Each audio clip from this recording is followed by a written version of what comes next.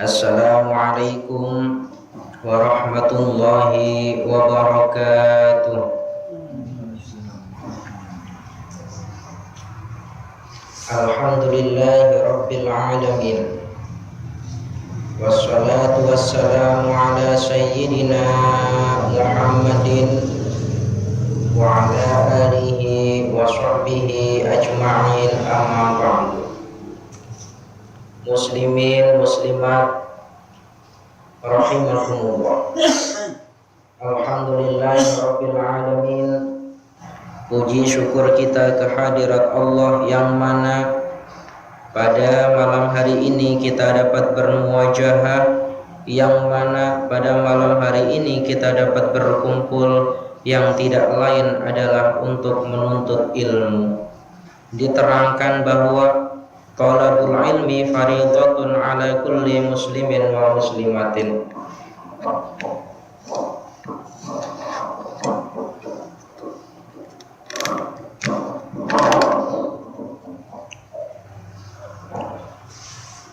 Diterangkan bahwa talabul ilmi fardhatun ala kulli muslimin wa muslimatin. Menuntut ilmu hukumnya wajib bagi umat muslim laki-laki dan umat muslim perempuan.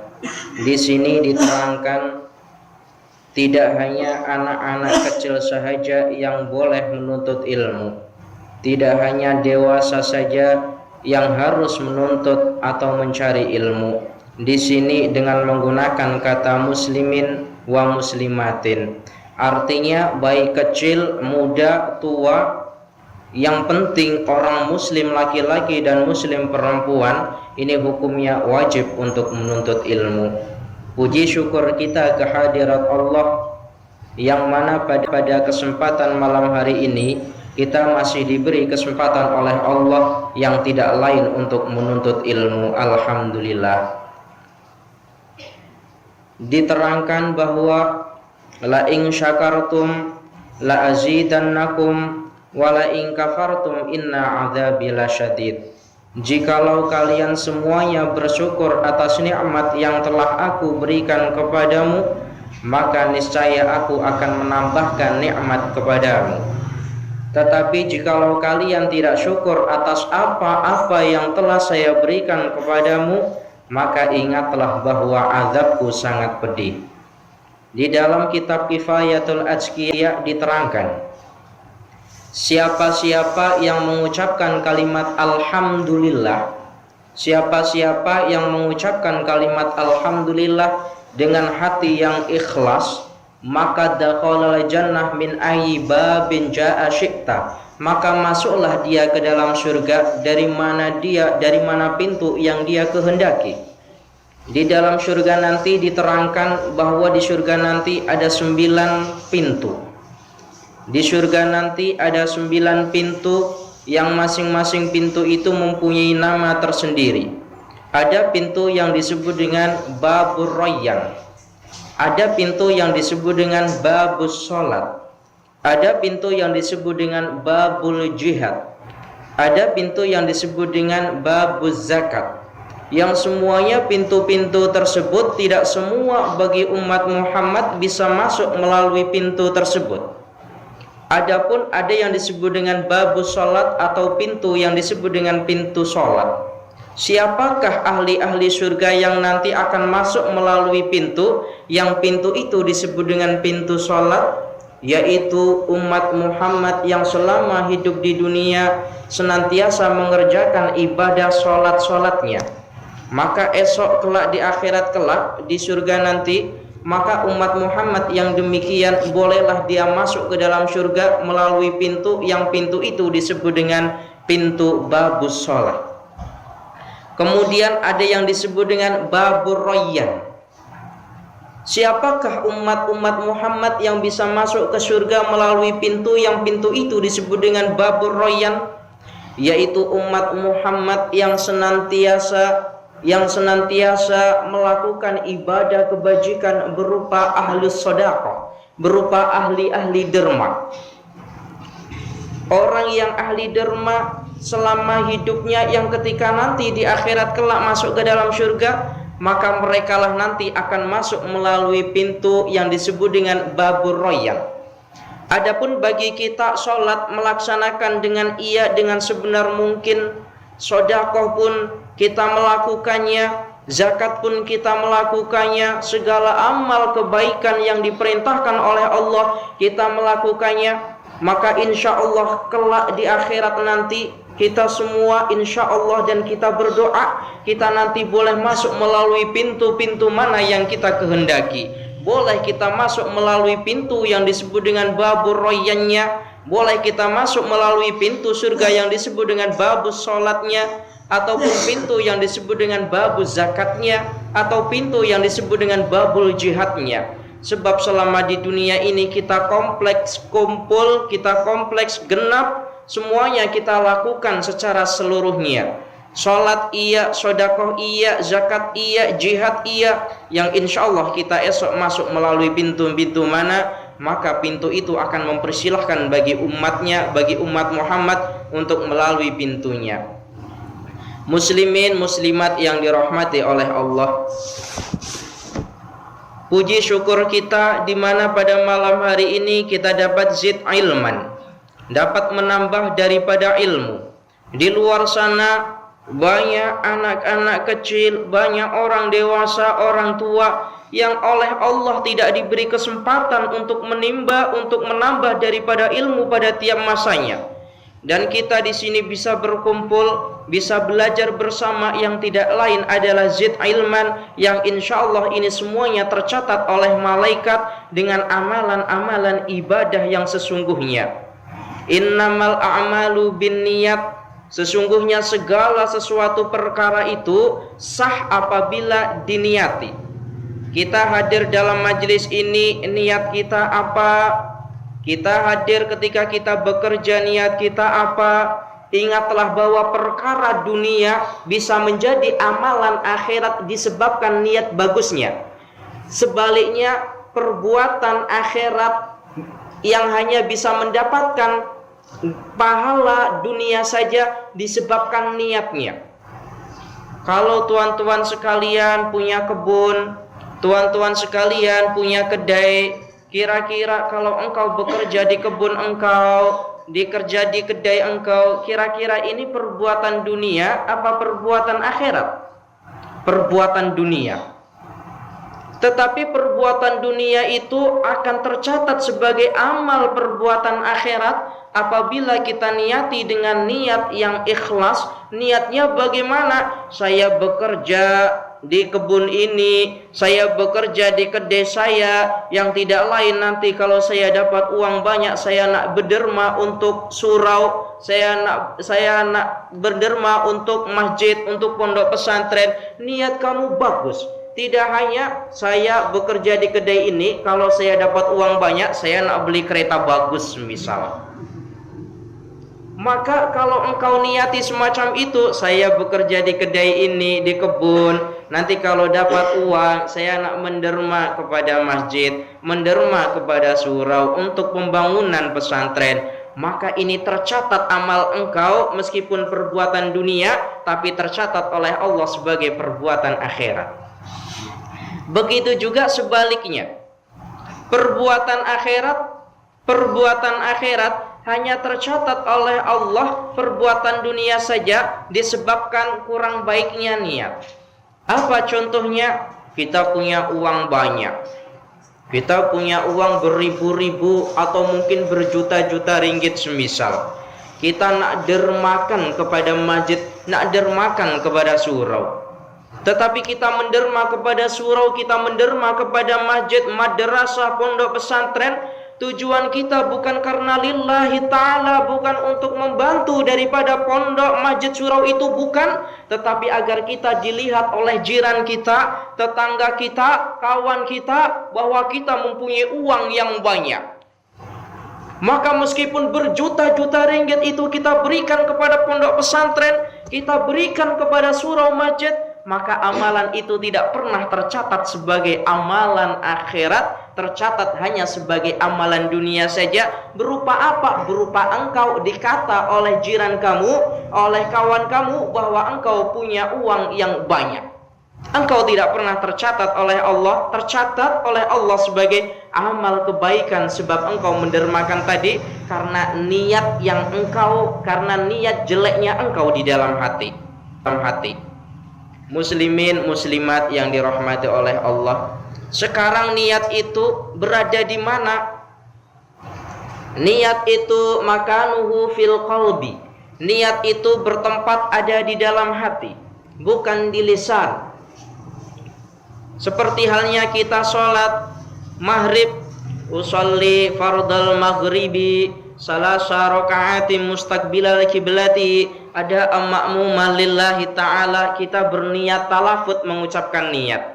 Tapi sesungguhnya niat yang talafut kita niat itu belum cukup, itu bukan niat, hanya membantu kita agar hati kita nanti ketika kita mengucapkan Allahu Akbar, niat di dalam hati kita, bahwa ketika kita angkat tangan Allahu Akbar, dalam hati saya sholat maghrib 3 rakaat makmum fardu karena Allah Ta'ala, ada di dalam hati. Jadi lisan kita yang mengucap sebelum daripada takbir itu bukan terhitung daripada niat.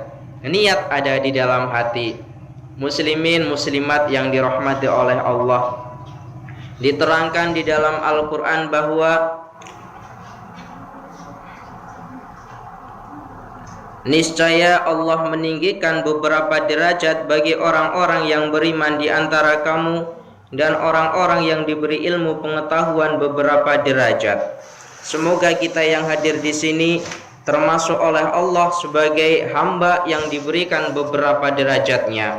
Sekarang perbandingan bahwa dahulu kala ketika saya duduk di sini pernah saya terangkan dengan mengutip sebuah hadis, man salaka tariqan yaltamisu fihi ilman sahalallahu lahu bihi tariqan ilal jannah. Siapa-siapa yang berjalannya itu menuju kepada majlis ilmu, maka niscaya Allah akan memudahkan esok kelak kita ketika kita berjalan ke dalam surga. Siapa-siapa yang berjalan menuntut ilmu, mencari ilmu, maka Allah akan memudahkan baginya jalan menuju daripada surga. Yang alhamdulillah kita hadir di sini tidak lain adalah kita untuk mencari daripada ilmu, yang insya Allah ketika kita di akhirat kelak, Allah akan memudahkan jalan kita menuju daripada surga. Ini hadis sahih yang diriwayatkan oleh Imam Muslim. Barang siapa yang berjalan menuju kepada majlis ilmu, menuntut ilmu, maka dia akan dimudahkan kelak di akhirat menuju kepada jalan surga. Allah ya Karim, semoga kita termasuk orang-orang yang demikian. Banyak di dalam Al-Quran menjelaskan bahwa orang yang mempunyai ilmu maka Allah akan meninggikan derajatnya. Dan Allah tidak pernah membahas di dalam Al-Qur'annya orang yang mempunyai harta yang banyak maka dia mulia di sisi Allah, tidak. Sesungguhnya innallaha la yanzuru ila suwarikum wala yanzuru ila libasikum wala yanzuru ila ajsadikum walakinallaha yanzuru ila a'malikum. Sungguh Allah tidak melihat suara-suara kalian, Allah tidak melihat pakaian-pakaian bagus kalian, Allah tidak melihatnya. Allah tidak melihat jasad-jasad engkau, apakah engkau mempunyai wajah yang cantik, apakah engkau mempunyai wajah yang tampan, apakah engkau mempunyai wajah yang comel, apa engkau mempunyai wajah yang handsome. Ini semuanya tidak dilihat oleh Allah. Walakinallaha yanzuru ila a'malikum, tetapi Allah hanya melihat kepada amal kebaikan kalian semuanya. Allah hanya melihat amal kebaikan kalian semuanya. Adapun kalau di dunia ini jiran kita dikasih kekayaan yang banyak, sedangkan kita yang sholat tiap hari, sholat berjamaah di surau ini masih miskin saja, masih fakir saja, Allah tidak memberikan rizki terhadap kita dengan rizki yang banyak, maka yakinlah bahwa rizki yang Allah berikan kita kelak di akhirat sebab kita bagus sholatnya, ibadahnya, puasanya, amal kebaikannya, hatinya selalu ikhlas, rizki itu nanti akan ada di akhirat kelak. Kalau Allah memberikan rizkinya di dunia, maka ketika itu rizki-rizki yang berupa harta yang menumpuk di rumahnya, kereta yang parkir di depan rumahnya dengan beberapa kereta, maka yakinlah bahwa harta itu tidak akan pernah dibawa kelak di akhirat. Kira-kira punya kereta Ferrari yang bagus, ketika esok di akhirat kira-kira nak dibawa apa enggak? Biar cepat Ustadz nanti masuk surganya pakai kereta. Tak ada. Justru ketika kita oleh Allah tidak diberikan rizki, ibadah kita ikhlas, sholat kita ikhlas, apapun kita ikhlas dalam hati menjalankannya karena Allah Ta'ala. Inna sholati wa nusuki wa mahyaya wa mamati lillahi rabbil alamin. Sesungguhnya sholatku, ibadahku, hidupku, matiku hanya untuk Allah Ta'ala. Tapi kita masih miskin saja. Allah tidak memberikan kekayaan kepada kita, maka yakinlah wahai muslimin muslimat, kita nanti akan diberi rizki oleh Allah kelak di akhirat dengan sebesar-besarnya rizki.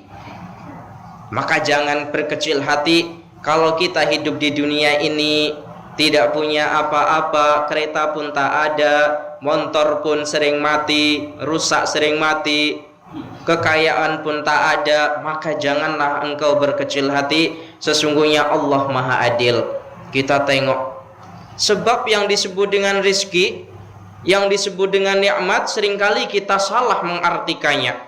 Kalau Allah tidak memberikan kekayaan bagi kita, Allah benci kepada saya, Allah tidak sayang kepada saya, Allah tidak memberikan nikmatnya kepada saya.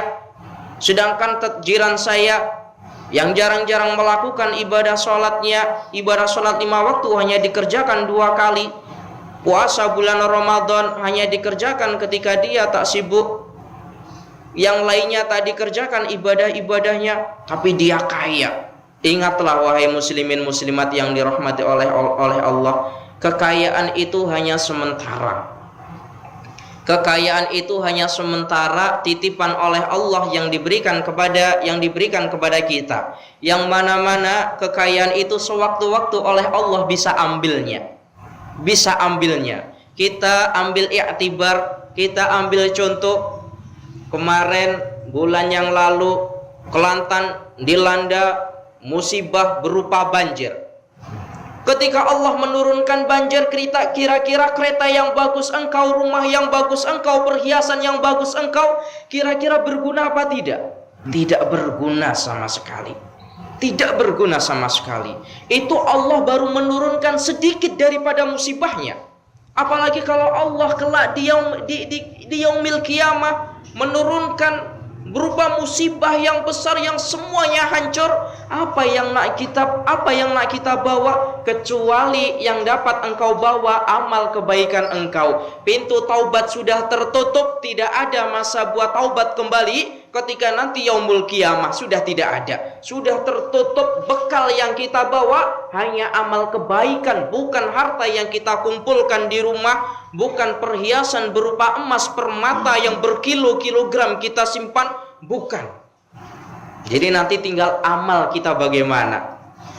Dikisahkan bahwa nanti di akhirat kelak nanti kita akan menerima buku catatan kita, buku amal kebaikan kita.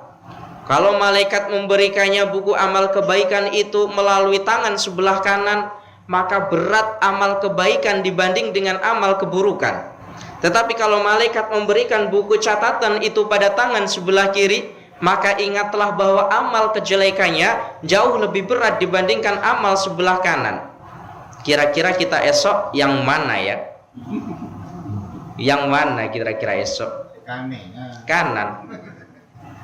Alhamdulillah, semoga dengan taat kita kepada Allah, semoga dengan ibadah kita kepada Allah, dengan ibadah yang ikhlas, kita berharap semoga amal kebaikan kita jauh lebih berat dibandingkan dengan amal kejelekan kita. Nanti diterangkan bahwa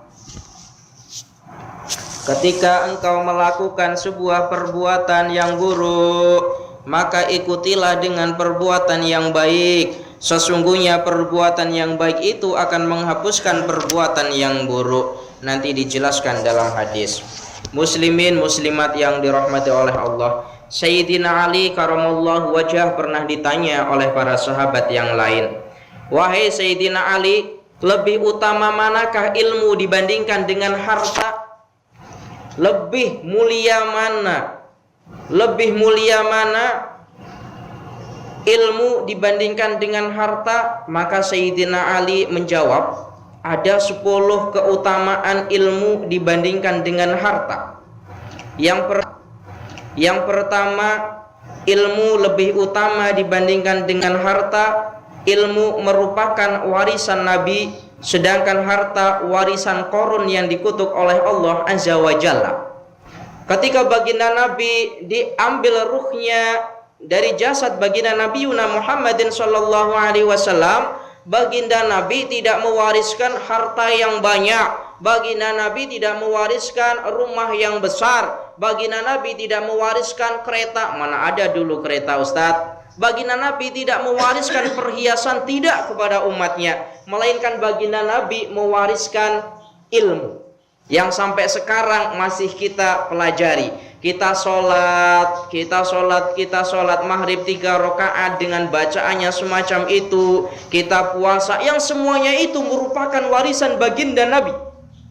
Tetapi kalau harta, warisan siapa? Harta warisan Qarun. Pernah dengar Qarun? Kenal dengan Qarun? Kenal. Bila kenalannya? Yang penting kenal. Pokoknya Qarun, Ustadz, orang yang kaya, yang pernah punya rumah, yang rumah itu terbuat daripada emas dan perak. Karena sifat takabur dan sombongnya, kemudian Allah menenggelamkan ke dalam perut bumi. Ini Qarun. Maka ketika engkau diberikan ilmu, berbahagialah bahwa ilmu warisan baginda Nabi, sedangkan harta itu adalah warisan Qarun. Maka ilmu lebih mulia dibandingkan dengan hartanya.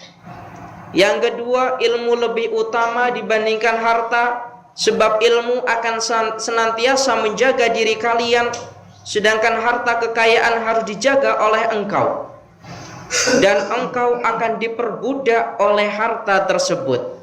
Perbandingan yang kedua, ilmu lebih mulia dibandingkan dengan harta, sebab dengan ilmu yang akan menjaga engkau. Ilmu akan menjaga engkau. Sedangkan kalau harta, bukan harta yang akan menjaga engkau, tapi engkau yang akan menjaga daripada hartanya. Kalau engkau nak tengok, engkau punya kereta yang bagus, engkau parkir di belakang sana. Kira-kira dalam hati engkau takut tak kereta bagus kamu itu nak dicuri sama orang? Takut. Kita menjaga daripada kereta kita. Tetapi kalau engkau punya ilmu, kira-kira takut enggak? Engkau punya ilmu, hafal sekian ribu hadis, hafal sekian ayat Al-Quran, 30 juzuk ayat Al-Quran. Engkau punya ilmu, kira-kira takut enggak untuk di ilmu itu dicuri sama orang lain? Tak takut. Jangankan dicuri, datang kau curi ke sini, saya kasih ilmu saya semuanya. Itu perbandingannya. Tapi kira-kira kalau engkau punya harta, saya nak curi harta kamu, kira-kira kamu sekalian nak cakap dengan saya semacam itu enggak? Kesini kamu jangan curi harta saya, bawa harta saya ikhlas. Saya yakin tak ada semacam itu. Maka ilmu lebih mulia dibandingkan dengan hartanya. Ilmu senantiasa menjaga kita, tetapi kalau harta, yang senantiasa kita yang menjaga daripada hartanya. Yang keempat, ilmu lebih utama dibandingkan harta. Ilmu engkau berikan kepada yang lain senantiasa tidak akan berkurang sedikit pun, justru akan bertambah. Sedangkan harta engkau berikan kepada yang lain, maka harta itu akan berkurang. Saya duduk di sini memberikan apa yang saya tahu kepada para muslimin muslimat sekalian. Kira-kira nanti saya pulang daripada majelis ini, pulang daripada surau ini, apakah nanti ilmu saya berkurang tadi saya kasihkan kepada para muslimin muslimat? Tak ada. Justru yang ada semakin saya berikan kepada muslimin muslimat, saya sampaikan apa yang ada dalam otak saya, apa yang ada dalam hati saya, maka saya akan bertambah daripada ilmunya. Tetapi kalau harta saya berikan kepada muslimin muslimat, maka harta itu tidak akan bertambah, justru akan berkurang. Maka ini perbedaan ilmu mulia dibandingkan dengan hartanya. Ilmu semakin diberikan akan semakin bertambah, tetapi harta semakin diberikan kepada orang lain, harta itu akan berkurang. Muslimin muslimat yang dirahmati oleh Allah. Adapun yang kelima, ilmu lebih mulia dibandingkan dengan harta. Ilmu lebih baik daripada harta karena orang yang berilmu akan cenderung kepada perbuatan baik, sedangkan orang yang berharta mereka akan cenderung kepada kekikiran dan kesombongan. Orang yang banyak ilmunya ini diibaratkan sebagai padi. Orang yang banyak ilmunya ini diibaratkan sebagai padi. Ketika kita menanam padi 1 bulan 2 bulan, kemudian padi itu nampak, 3 bulan padi menguning, kemudian 4 bulan padi itu menunduk. Ini ibarat orang yang mempunyai ilmu. Semakin dia mempunyai ilmu, maka dia akan semakin menunduk, dia akan semakin hormat terhadap orang lain, tidak sombong. Dia akan hormat terhadap tetangganya, hormat terhadap orang tuanya, hormat kepada semua umat. Ibarat padi yang semakin lama semakin menunduk karena dia hormat. Tetapi kalau orang yang punya harta banyak, hak kekayaan yang melimpah, maka ini semakin lama semakin hartanya bertambah. Jangankan dia berjalan di hadapan kita dengan cara menunduk, tidak, tetapi dia akan berjalan dengan gagahnya, dengan congkaknya, wajahnya dihadapkan ke atas.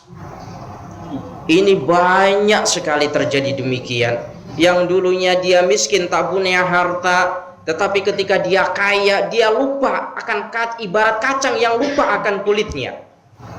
Dia lupa dahulu kala dia lahir daripada rahim seorang ibu yang tanpa membawa harta sedikit pun, jangankan harta, pakaian pun tidak membawa. Setelah dia dewasa kaya, dia lupa akan kacang pada kulitnya. Lupa kacang ibarat lupa dengan kulitnya. Dia tak ingat ketika dia lahir di muka bumi ini tanpa membawa sedikit pun daripada harta. Jangankan harta, pakaian pun tidak membawanya. Maka ini perlu kita introspeksi diri, kita muhasabah diri, kita berpikir bahwa sesungguhnya manusia terlahir tanpa harta, nanti pun pulang kita mati pun tanpa harta. Engkau punya kereta yang bagus, engkau punya rumah yang mewah, kira-kira nanti kuburan kamu, kira-kira ada nggak keretanya? Kuburan kamu rumahnya besar apa enggak? Semuanya sama, tidak ada yang membedakan. Maka yang membedakan adalah di awal tadi, yang membedakan adalah amal perbuatan kamu kelak, baik di alam kuburnya ataupun di akhiratnya kelak. Adapun yang keenam, perbedaan ilmu lebih utama dibandingkan dengan harta ialah ilmu lebih baik daripada harta karena ilmu tidak dapat dicuri oleh orang lain, sedangkan harta kekayaan dapat diambilnya oleh orang lain. Sebagaimana keterangan saya tadi bahwa ilmu tidak akan pernah diambil, tidak akan pernah dicuri oleh orang lain. Jangankan ilmu nak dicuri, silahkan datang kepada saya. Kamu nak ilmu apa, bahasan tafsir, hadis apa, akan saya berikan kepada kamu. Karena semakin saya berikan ilmu itu kepada engkau, ilmu saya tidak akan berkurang, justru akan bertambah. Tetapi kalau harta, semakin banyak harta, maka di belakang sana, di samping rumah kita, banyak mata yang melihat pada harta kita, yang bertujuan untuk mengambil, menguasai daripada harta kita. Pernah nggak dengar cerita orang yang berilmu, orang yang hafal Al-Quran, hafal hadis, sekian ribu hadis, berjalan di tengah-tengah jalan yang sunyi, yang senyap, ada perompak, mana ilmu kamu? Nggak ada. Yang ada orang kaya, bawa harta banyak, bawa kereta bagus, jalan di tempat yang gelap, di situ ada perompak, mana kereta kamu? Yang ada semacam itu. Maka mulialah orang yang punya ilmu, maka mulialah orang yang punya ilmu. Ilmu senantiasa akan menjaga dirinya, sedangkan harta yang justru akan dijaga oleh pemiliknya. Kemudian yang ketujuh, ilmu lebih utama karena ilmu tidak akan rusak selamanya, sedangkan harta kekayaan sewaktu-waktu dapat menjadi rusak. kereta engkau yang bagus, rumah engkau yang mewah, perhiasan engkau yang berkilo-kilogram, kira-kira 10 tahun yang akan datang kereta mewah kamu masihkah terhitung bagus? Tidak. Rumah yang mewah, yang besar yang engkau miliki, kira-kira 10 tahun 2025 yang akan datang, masihkah bagus rumah kamu? Tidak. Semuanya ada masanya. Semuanya akan hancur. Karena sesungguhnya kekayaan itu adalah kekayaan khoyali, kekayaan yang bisa rusak pada akhirnya. Sedangkan ilmu kita, iman kita, ibadah kita, amal kebaikan kita itu merupakan kekayaan hakiki, kekayaan yang selama-lamanya tidak akan pernah rusak dalam diri kita. Kemudian yang kedelapan, ilmu lebih utama dibandingkan dengan harta karena ilmu jumlahnya tidak terbatas, sedangkan harta kekayaan jumlahnya terbatas dan akan rusak pada akhirnya. Ilmu tidak terbatas, harta ada batasannya. Orang terkaya di dunia sekarang, pemilik perusahaan, pemilik syarikat Microsoft, kemudian pemilik Google, pemilik Twitter, pemilik Facebook, semuanya bisa terhitung jumlah kekayaannya. Di Malaysia sendiri, di sini ada orang kaya, semisal Perdana Menteri kita Malaysia, kekayaannya bisa dihitung. Tetapi kalau ilmu pengetahuan tidak bisa dihitung. Berapa kilogram ilmu pengetahuan yang engkau miliki tidak bisa dihitung. Berapa jumlahnya ilmu pengetahuan yang engkau miliki tidak bisa dihitung. Ibarat ilmu pengetahuan itu ibarat lautan yang luas, yang sementara kita berada di tengah-tengah lautan. Di tengah-tengah lautan yang kita haus, yang kita minum setetes demi setetes air daripada lautan. Kira-kira habis nggak akan kita minum? Kira-kira habis nggak air lautan itu kita minum? Tidak akan pernah habis. Ilmu kalbahri, ilmu itu bagaikan lautan yang orang sedang menimba menuntut ilmu, berada di tengah-tengah lautan. Berada di tengah-tengah lautan yang nak minum daripada air, minum daripada ilmu di tengah-tengah lautan. Kira-kira air laut itu akan habis tak kita minum? Tidak akan pernah habis. Maka ilmu ibarat lautan, sedangkan kita ada di tengah-tengahnya yang hendak minum daripada air lautan tersebut. Ilmu tidak akan pernah habis. Nggak ada istilah saya tak nak lagi belajar di pondok. Kenapa? Ilmunya sudah habis. Tak ada. Tak ada. Tapi kalau kita bekerja di kedai, atau kita punya majikan, atau kita punya juragan yang kaya, kemudian kita tak bekerja lagi, ditanya kenapa kamu tak bekerja? Juragan saya hartanya habis, kebakar semuanya. Memungkinkan untuk habis harta itu, tetapi ilmu tidak akan pernah habis. Yang kesembilan, ilmu lebih utama dibandingkan dengan harta kekayaan karena ia dapat menjernihkan pikiran, sedangkan harta justru akan menggelapkan pikiran manusia. Semakin orang banyak berilmu, maka pikirannya akan senantiasa jernih. Sebab orang semakin berilmu, maka semakin dekat kepada Sang Pencipta. Sedangkan orang yang kaya, yang banyak hartanya, yang tidak didasari dengan ilmu, maka pikirannya akan gelap. Yang kemana-mana pikirannya hanya tertuju kepada harta sahaja. Kita pergi ke KL, perhiasan emas, permata, perhiasan kita ada di rumah. Sepanjang perjalanan itu kita terfikirkan dengan emas perhiasan kita. Kita terfikirkan dengan kereta mewah kita yang kita tinggal di dalam rumah. Kita terfikirkan, nanti kalau saya tinggal, kereta bagus saya hilang.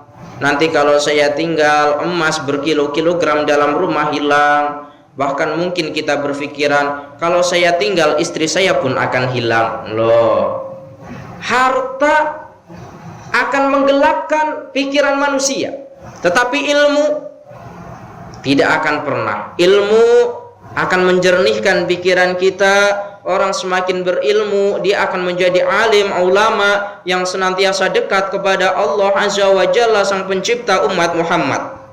Tetapi kalau harta justru akan menggelapkan pikiran kita. Tidak sedikit kejahatan, pembunuhan, pemerkosaan, perompakan yang disebabkan karena harta. Pembunuhan disebabkan karena harta. Tidak sedikit, hampir tiap hari kita tengok di media massa, di seharian surat kabar, tidak sedikit berita-berita yang semacam itu, perompakan, pembunuhan yang tidak lain disebabkan karena harta. Tetapi tidak pernah yang namanya pembunuhan, perompakan disebabkan karena ilmu, nggak ada. Yang terakhir, ilmu lebih utama dibandingkan dengan harta, karena ilmu akan menumbuhkan rasa kelemahan diri, sehingga orang yang berilmu mau menyembah kepada Allah yang Maha Kuasa, sedangkan harta kekayaan akan menumbuhkan rasa kebanggaan diri dan takabur, sehingga menginginkan dirinya disembah oleh orang lain seperti halnya Fir'aun dan Namrud. Orang semakin banyak ilmu, maka dia akan semakin menyembah, dia akan semakin takarub, mendekatkan diri kepada Allah. Tetapi orang semakin banyak harta, maka keinginannya bagaimana dia agar disembah oleh orang lain.